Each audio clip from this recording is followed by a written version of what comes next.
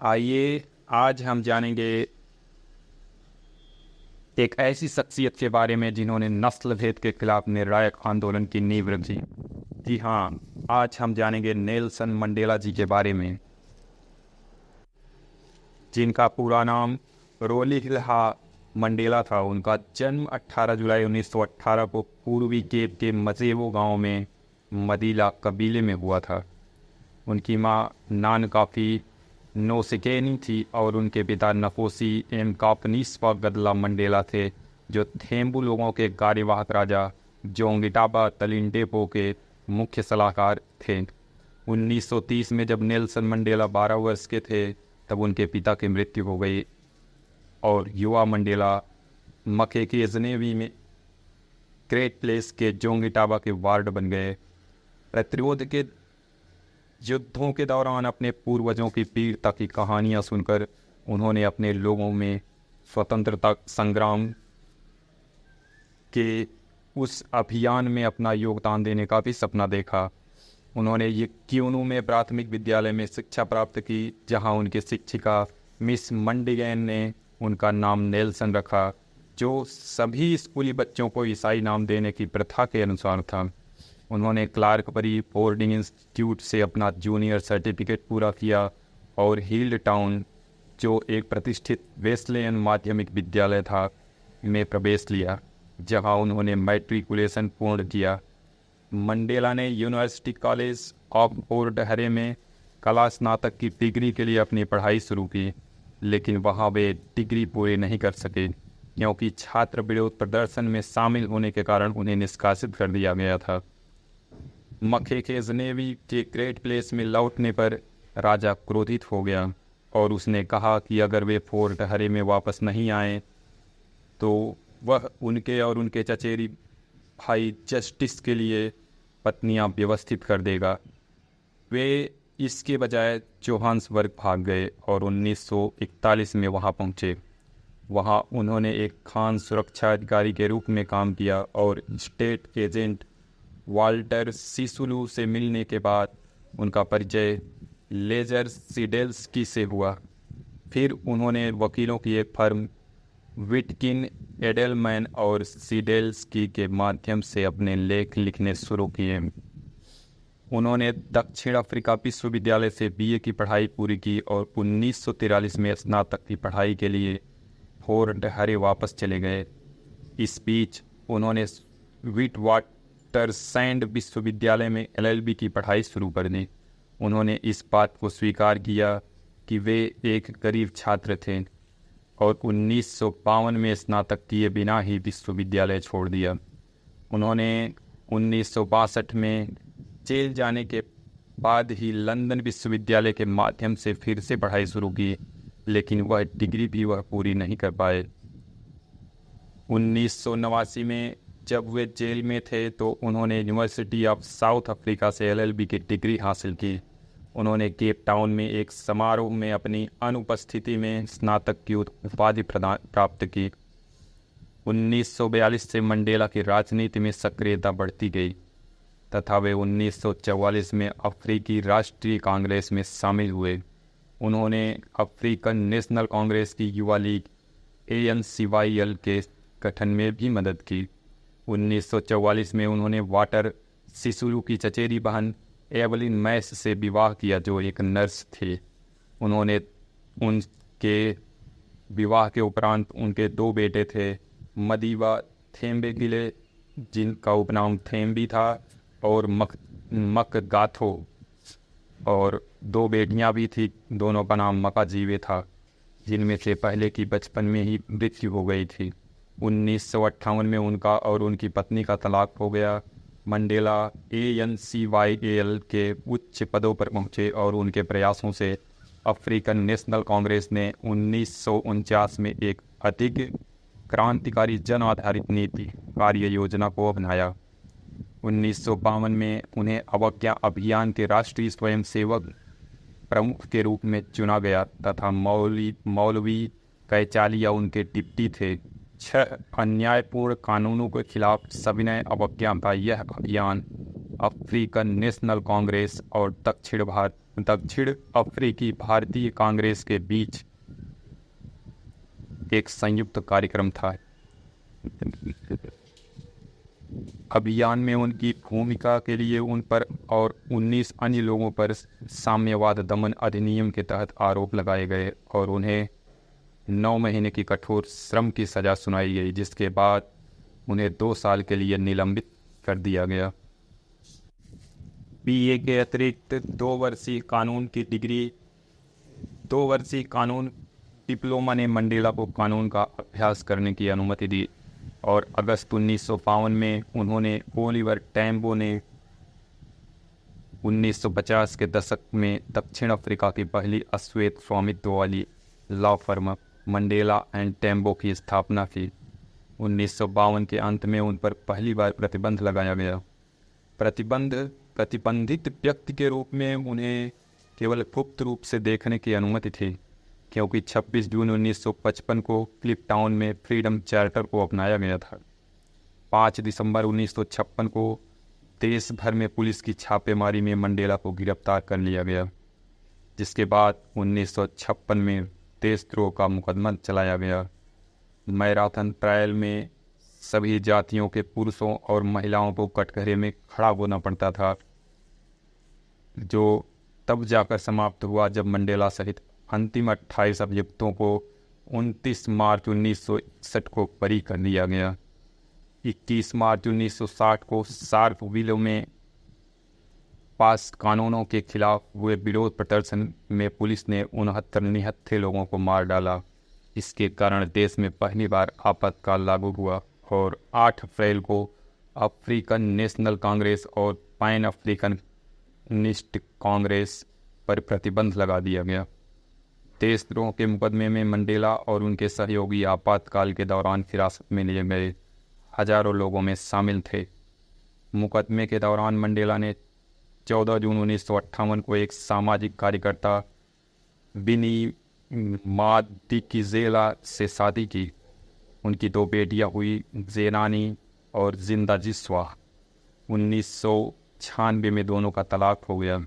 राजद्रोह के मुकदमे की समाप्ति से कुछ दिन पहले Mandela all in Africa Congress conference में बोलने के लिए पीटर मैरिट्सबर्ग गए, जिसमें यह संकल्प लिया गया कि उन्हें प्रधानमंत्री वेरवर्ड को एक गैर नस्लीय संविधान पर राष्ट्रीय सम्मेलन का अनुरोध करते हुए पत्र लिखना चाहिए और चेतावनी देनी चाहिए कि यदि वे सहमत नहीं होते हैं तो दक्षिण अफ्रीका के गणतंत्र बनने के खिलाफ राष्ट्रीय हड़ताल होगी। राजद्रोह के मुकदमे में उन्हें और उनके सहयोगियों को बरी किए जाने के बाद मंडेला भूमिगत हो गए और 19, 29, 30 और 31 मार्च के लिए राष्ट्रीय हड़ताल की योजना बनाने लगे। राज्य सुरक्षा के बड़े पैमाने पर लामबंदी के कारण हड़ताल को समय से पहले ही वापस ले लिया गया। जून 1961 में उन्हें सशस्त्र संघर्ष का नेतृत्व करने के लिए कहा गया और उन्होंने उमखोंटो वेसिजवे, जो राष्ट्र का भाला की उपाधि उस समय थी, की स्थापना में मदद की, जिसे 16 दिसंबर 1961 को विस्फोटों की एक श्रृंखला के साथ शुरू किया गया। 11 जनवरी 1962 को डेविड मोत्सामी नाम अपनाते हुए मंडेला ने गुप्त रूप से दक्षिण अफ्रीका छोड़ दिया। उन्होंने अफ्रीका का दौरा किया और सशस्त्र संघर्ष के लिए समर्थन हासिल करने के लिए इंग्लैंड का भी दौरा किया।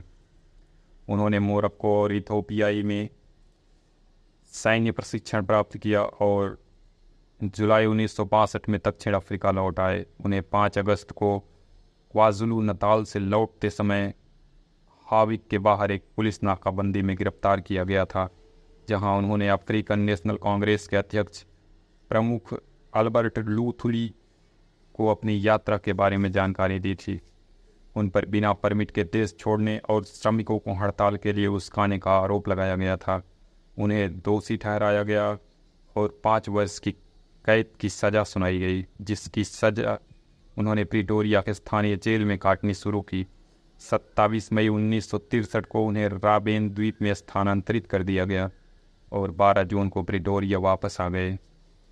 1 महीने के भीतर पुलिस ने लिली सलीफ पर छापा मारा, जो कि रिवोनिया जोहान्सबर्ग में एक गुप्त ठिकाना था जिसका उपयोग अफ्रीकन नेशनल कांग्रेस और कम्युनिस्ट पार्टी के कार्यकर्ता किया करते थे। वहाँ उनके कई साथियों को गिरफ्तार कर लिया गया। 9 अक्टूबर 1963 को मंडेला उन 10 अन्य लोगों के साथ शामिल हुए जिन पर तोड़ फोड़ के आरोप में मुकदमा चलाया गया था, जिसे रिवोनिया ट्रायल के नाम से भी जाना जाता है। मृत्युदंड का सामना करते हुए 20 अप्रैल 1964 को अपने प्रसिद्ध डाक से भाषण के अंत में अदालत को दिए गए उनके शब्द अमर हो गए। वे शब्द थे कि मैंने श्वेत वर्चस्व के खिलाफ लड़ाई लड़ी है और मैंने अश्वेत वर्चस्व के खिलाफ भी लड़ाई लड़ी है। मैंने एक लोकतांत्रिक और स्वतंत्र समाज के आदर्श को संजोया है जिसमें सभी लोग सद्भाव और समान अवसरों के साथ एक साथ रहते हैं। यह एक ऐसा आदर्श है जिसके लिए मैं जीना और हासिल करना चाहता हूँ, लेकिन अगर ज़रूरत पड़ी तो यह एक ऐसा आदर्श है जिसके लिए मैं मरने के लिए तैयार हूँ। 20 अप्रैल 1964 को नेल्सन मंडेला द्वारा डाक से दिया गया यह भाषण उस समय गुंजायमान हो गया। 11 जून 1964 को मंडेला और 7 अन्य अभियुक्तों Walter Sisulu, Ahmed Kathrada, Govan Mbeki, Raymond Mhlaba, Denis Goldberg, Elias Motsoaledi और एंड्रयू मलांगेनी को दोषी ठहराया गया और अगले दिन उन्हें आजीवन कारावास की सज़ा सुनाई गई। गोल्डबर्ग को प्रिटोरिया जेल भेज दिया गया क्योंकि वह श्वेत थे, जबकि अन्य को राबेन द्वीप भेजा गया। मंडेला की मां की मृत्यु 1968 में हुई और उनके सबसे बड़े बेटे थेम्बी की मृत्यु 1969 में हुई। उन्हें उन दोनों अंतिम संस्कार में शामिल होने की अनुमति नहीं दी गई। 31 मार्च 1982 को मंडेला को सिसुलू, हलाबा और मलांगेनी के साथ केप टाउन की ओल्समोर जेल में स्थानांतरित कर दिया गया। अक्टूबर में कथराडा भी उनके साथ शामिल हो गए।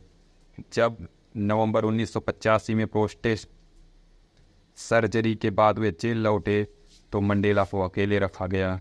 न्याय मंत्री कोबी कोएत्सी ने अस्पताल में उनसे मुलाकात की। बाद में मंडेला ने रंगभेदी सरकार और अफ्रीकन नेशनल कांग्रेस के बीच अंतिम बैठक के बारे में बातचीत शुरू की। 12 अगस्त 1988 को उन्हें अस्पताल ले जाया गया जहां उन्हें टाइफॉइड का पता चला।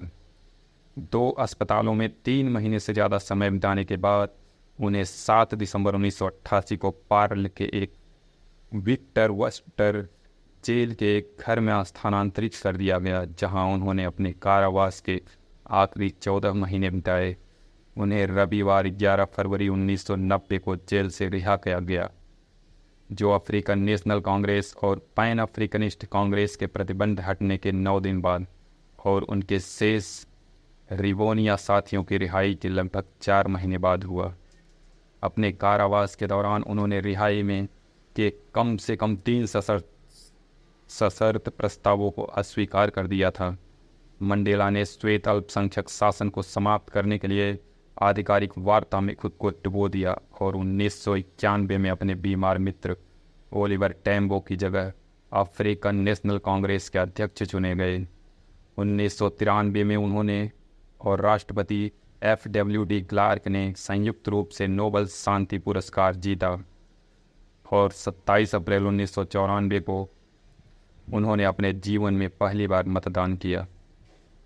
10 मई 1994 को उन्हें दक्षिण अफ्रीका के पहले लोकतांत्रिक रूप से निर्वाचित राष्ट्रपति के रूप में शपथ दिलाई गई। 1998 में अपने 80वें जन्मदिन पर उन्होंने अपनी तीसरी शादी की।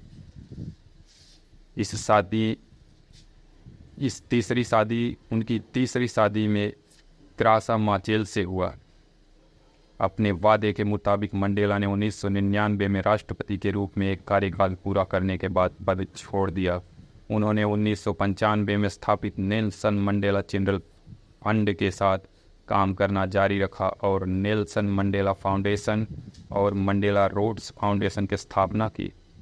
अप्रैल 2007 में उनके पोते मंडला मंडेला को क्वेजो ग्रेट प्लेस में एक समारोह में जो पारंपरिक परिषद का प्रमुख नियुक्त किया गया।